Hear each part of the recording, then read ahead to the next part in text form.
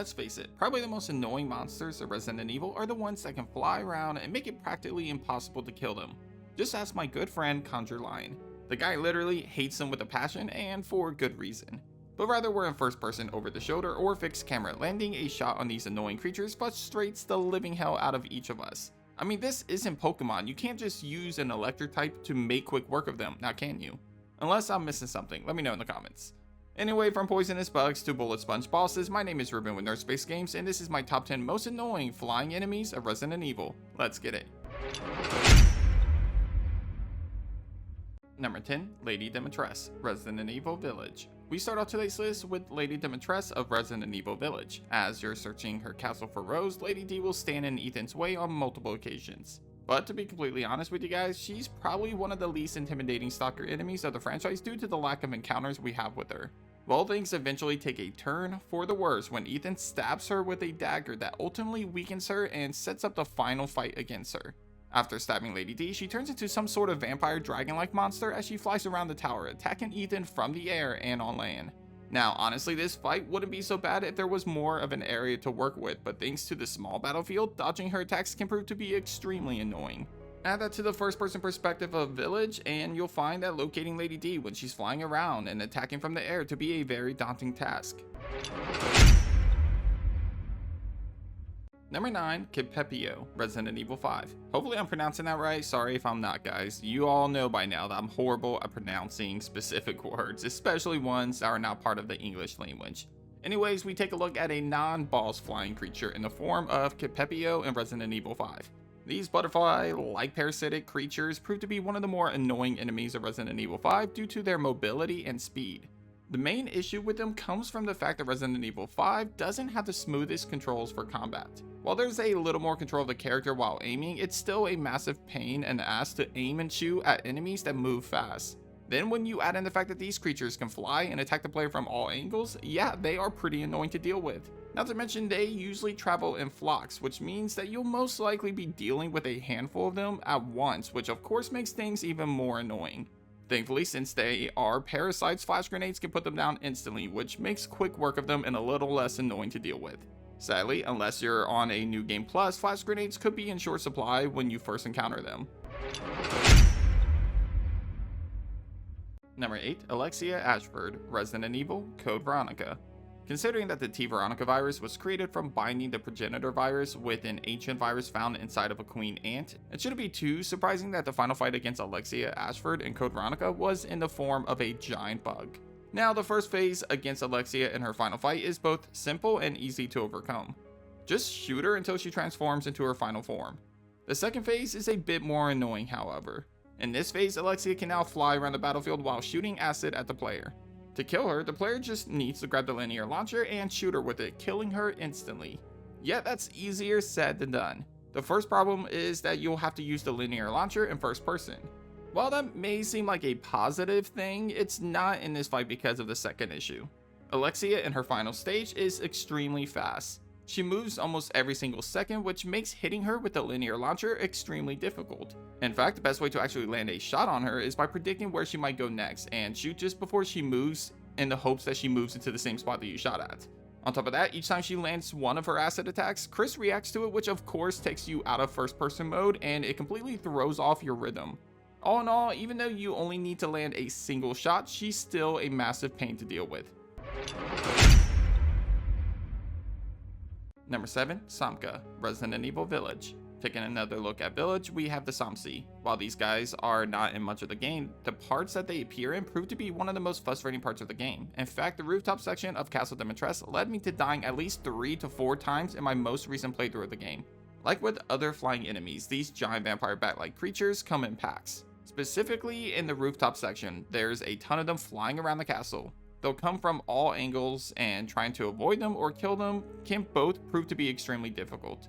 They also move pretty fast and they can sneak up on you thanks to the first person perspective, as they come from all angles thanks to their ability to fly. They'll deal massive damage if they get their hands on you, and if you try to rush this section, it could be deadly for you as they might swarm you and trap you in a corner. Number 6, Wasp, Resident Evil Outbreak. To be honest with you guys, the two Outbreak games are both really tough Resident Evil games. Mainly that's due to the game featuring some of the most annoying enemies of the franchise. And since we are focusing on annoying flying enemies of the series, we need to take a look at the Wasp of the Outbreak games. While they are small in comparison to most of the enemies of the Outbreak games, Wasps could prove to be more annoying than most of the creatures that you come across. The main reason being their poison effect. If a wasp stings you, there's a high chance that you'll walk out of that encounter poisoned. Now granted, the wasps are fairly easy to deal with, unlike other flying enemies of Outbreak, which we'll get to later. All you need to do is have a can of pesticide spray on you and go full nuclear on them. And considering that pesticide spray cans are usually pretty easy to find, this shouldn't be too much of a problem. Still, the poison effect is annoying, and thanks to the targeting system of the Outbreak games being one of the worst of the franchise, these wasps can prove to be pretty annoying to deal with. Number 5, Novistadors, Resident Evil 4.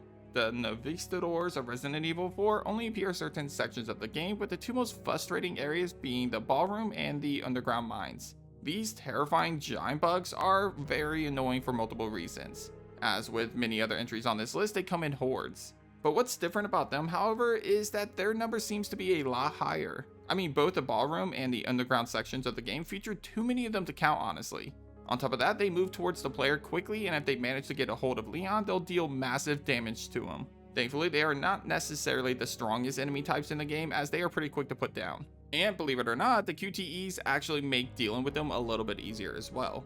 However, the insane amount of them in those two areas specifically is very overwhelming, and you could easily find yourself in trouble if you don't carefully maneuver your way through both areas. Oh, and did I mention that in the remake, they can camouflage themselves as well, in which they'll be able to do a few surprise attacks on you. Yes, screw those guys. By the way, these guys also took down a chopper too, and killed our boy Mike in Resident Evil 4 Remake. Let's face it, choppers and flying parasitic creatures don't mix well, do they? Number 4, Giant Bat, Resident Evil 0. The last boss on today's list is the Giant Bat in RE0. Bats are seen constantly in the Resident Evil franchise. However, whereas the bats in Code Veronica are easy to avoid as long as you have that lighter on you and the Puppet Kurimu at least has a clear weakness, the Giant Bat and its babies in RE0 is much more frustrating than any other bat of the franchise. First off, thanks to the fixed camera angles of RE0, trying to land an attack on a flying enemy is already a massive pain. And yes, even when the target is a giant bat. However, the game makes this situation more annoying by throwing smaller bats at you as well. These bats pose two major problems when trying to deal with the giant bat. First off, auto aim will most likely target one of the smaller bats before it targets the giant bat.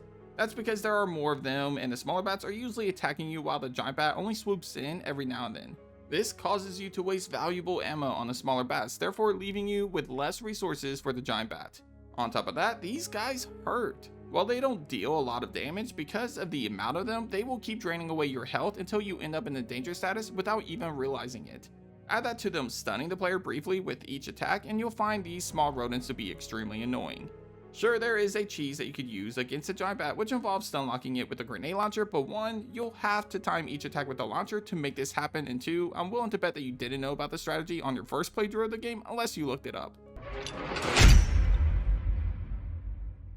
Number 3, Birds, Resident Evil Outbreak.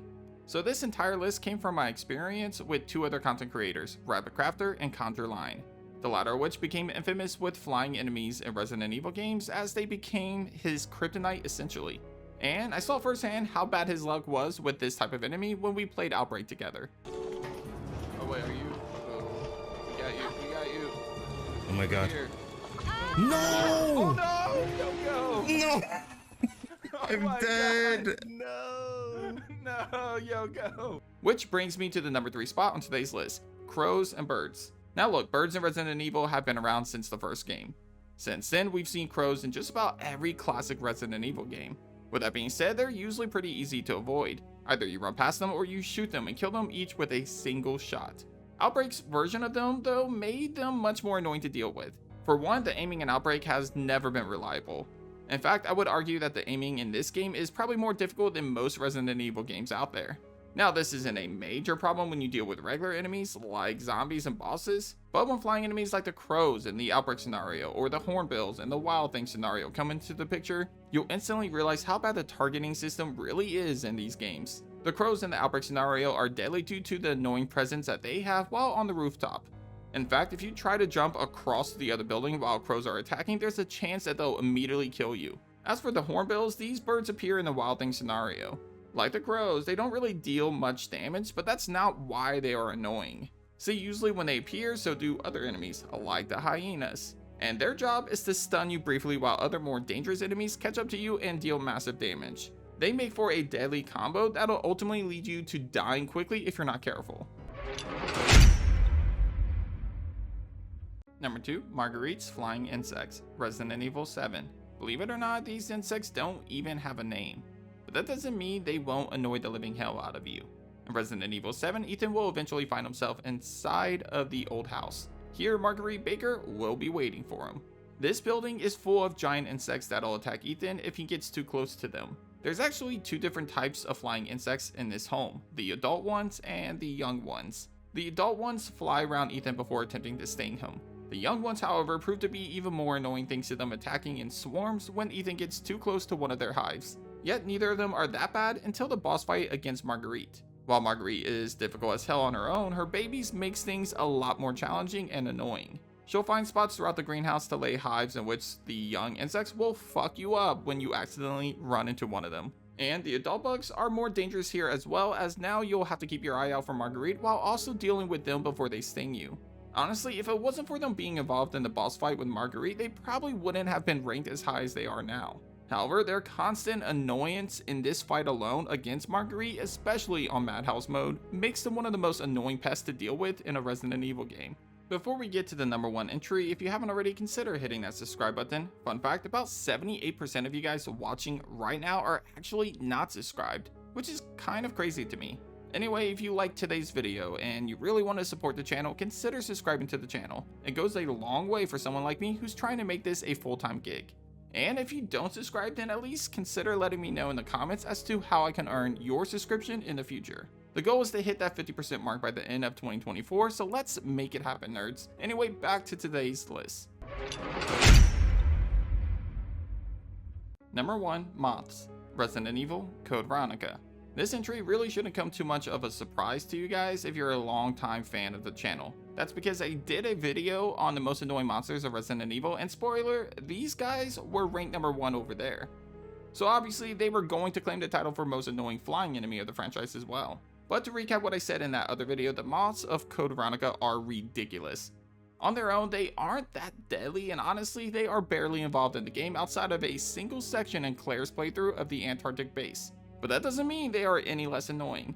See, these little guys can poison the player, and when it comes to Resident Evil, the poison status is the most annoying status effect ever.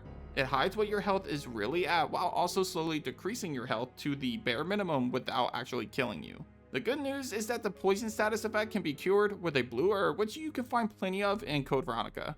In fact, there's a pot of it in the same hallway in which you'll find these annoying critters at. Yet that doesn't necessarily matter due to one of their attacks. See, these annoying insects have the ability to lay eggs on you. While it's easy to get rid of the poison immediately if they get you with their spores, the eggs are a much bigger problem. These eggs will potentially stay on you when you leave the room, and eventually they'll hatch, and when they do, they'll poison you. This becomes extremely annoying as now you have to retreat back to the inventory box, get more blue herbs, and cure the poison or risk it draining your health. Now, why is this such a big problem?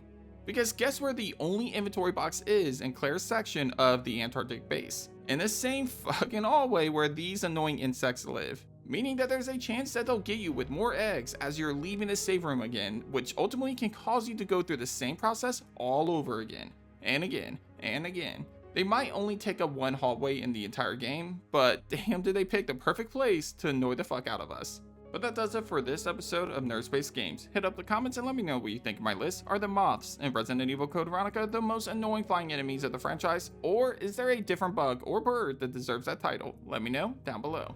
Anyway, if you haven't already, be sure to subscribe to my channel for more survival horror content. Also, leave a like in today's video if you enjoyed today's topic. But thanks for watching, and as always, I'll catch you guys on the next episode of Nerd Space Games. Take care.